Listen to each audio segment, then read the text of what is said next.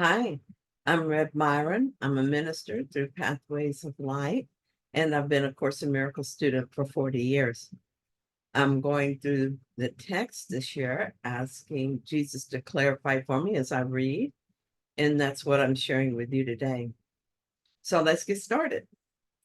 We're reading from A Course in Miracles, Chapter 7, Section 9, The Extension of the Kingdom. And so we're just beginning with paragraphs 1 and 2 on this section. So let's see what it says. Paragraph 1 says, only you can limit your creative power, but God wills to release it.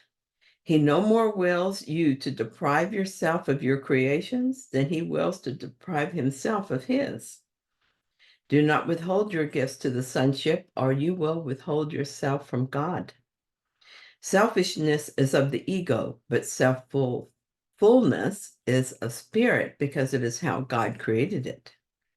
The Holy Spirit is in the part of the mind that lies between the ego and the spirit, mediating between them, always in favor of the spirit.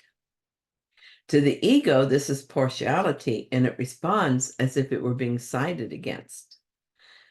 To spirit, this is truth, because it knows its fullness and cannot conceive of any part from which it is excluded. I was standing at my window watching the rain pour down and thinking about an earlier section of the Course that said, God honored even the miscreations of his children because they had made them. That's in chapter 5, by the way, section 1. I realized that all these times when I have been feeling guilty for something in my life, I have failed to honor my miscreations. And if God honors them, so should I. I choose not to identify myself as my miscreations, but I honor them because of what I am. I'm asking Spirit to help me remember this anytime ego thoughts rise up in my mind calling me to guilt. Can I trade guilt for honor? Yes, I can do that now that I understand honoring my freedom and my power, even in my miscreations, will not cause more miscreations. In fact, honor above guilt will break me out of the paralysis of my self-condemnation and return my mind to the kingdom. Today's paragraph reminds me that only I can limit my creative power. And it reminds me this is not God's will. He wants me to create and to create fully. My creative power will be released as I release myself from my self-imposed prison of guilt and fear. I release myself by releasing my brothers.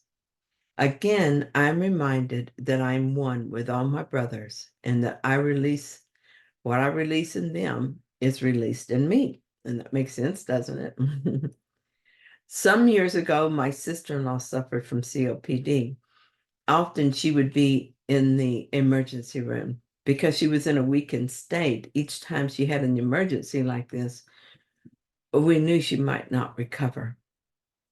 This was her miscreation, and there was a time when I blamed her for it. I thought she was guilty for the state she was in, that she should have quit smoking, and that she should have taken better care of herself.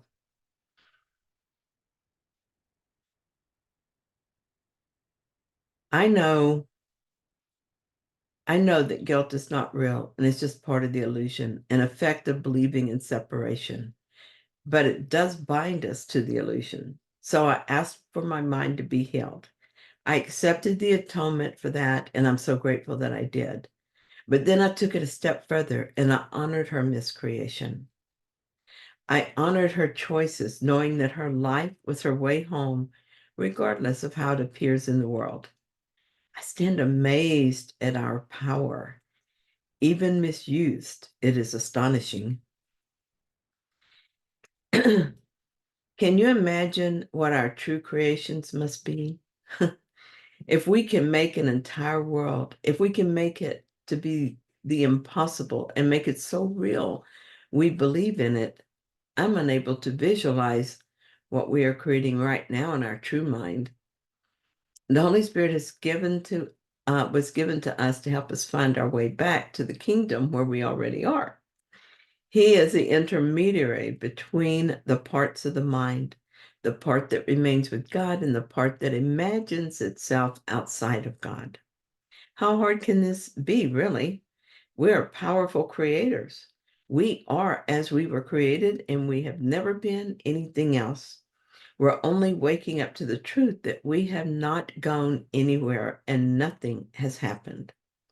How funny this predicament will seem when we wake up from it. So, paragraph 2 says, Spirit knows that the awareness of all its brothers is included in its own, as it is included in God. The power of the whole sonship and of its creators, therefore, Spirit's own fullness, rendering its creations equally whole and equal in perfection. The ego cannot prevail against a totality that includes God, and any totality must include God. Everything he created is given all his power because it is part of him and shares his being with him. I'm going to read that sentence again. Everything he created, and that's us, remember, is given all his power because it is part of him and shares his being with him. Creating is the opposite of loss, as blessing is the opposite of sacrifice. Being must be extended. That is how it retains the knowledge of itself. Spirit yearns to share its being as its creator did. Created by sharing, its will is to create. It does not wish to contain God, but wills to extend his being. And again, that's us. We, as a whole, we do not wish to contain God, but we will to extend his being. Jesus is telling us something about ourselves.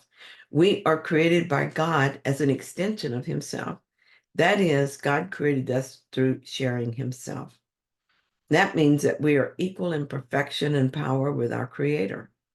This is so hard to take in because we've made a self that's the opposite of reality, and so we feel small and weak and vulnerable and alone.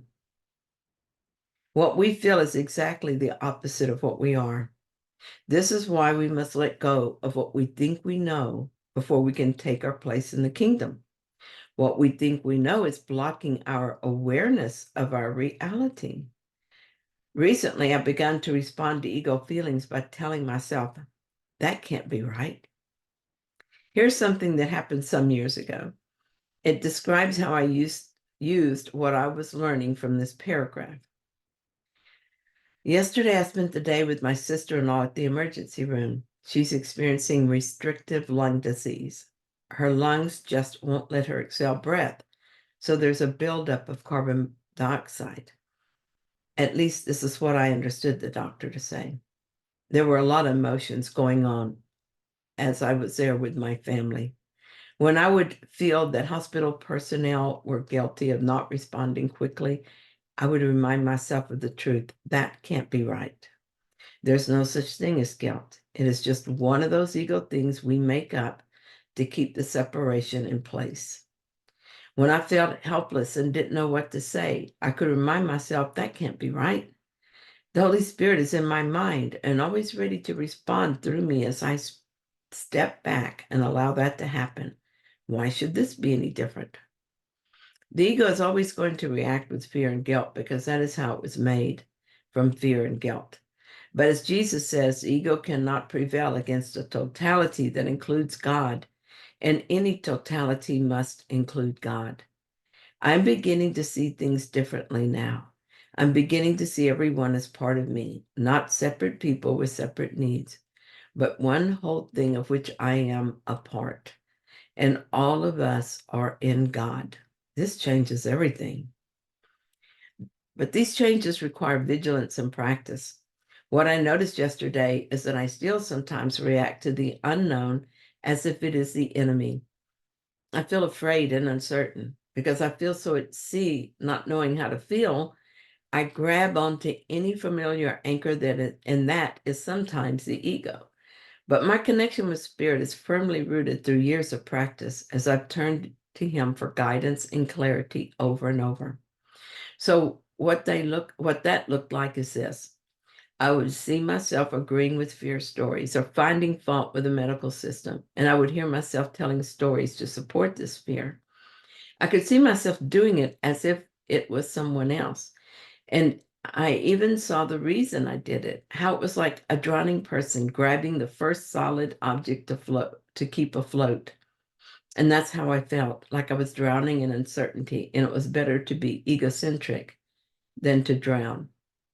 I watched all this happening, and it was okay. I knew what was happening and why, and I knew to let it go. This is so much better than when I would stay in it for a long time, and when I finally came to my senses, would feel guilty and beat myself up for not doing better. It was also very reassuring to see that the Holy Spirit is still there, even when I'm confused, stronger than the ego in my mind. When I was finding fault, I was seeing us as separate, and I was allowing fear to block the extension of love, which is creation. More than once, I noticed how I felt tired and weepy. I reminded myself that it's okay to feel whatever I feel. This is an important reminder for me because I can start to feel guilty for not being stronger. When this happens, I know that it is the ego wanting to be strong. Overall, I'm happy that even though I was caught up in the story of Brenda in the emergency room, I was also detached enough to see what was going on. The ego will not prevail. It is not possible. Even when everything seems crazy and scary, part of me knows it's just a story and that it can't be true. Thank you so much for joining me in this reading. I hope that you found it helpful. If you did, then please like it. And if you haven't yet, please subscribe. And I've had several people subscribe recently, and I appreciate that very much. I've got a new computer, and setting it up and getting all the information off the old one to the new one took way more time than I expected.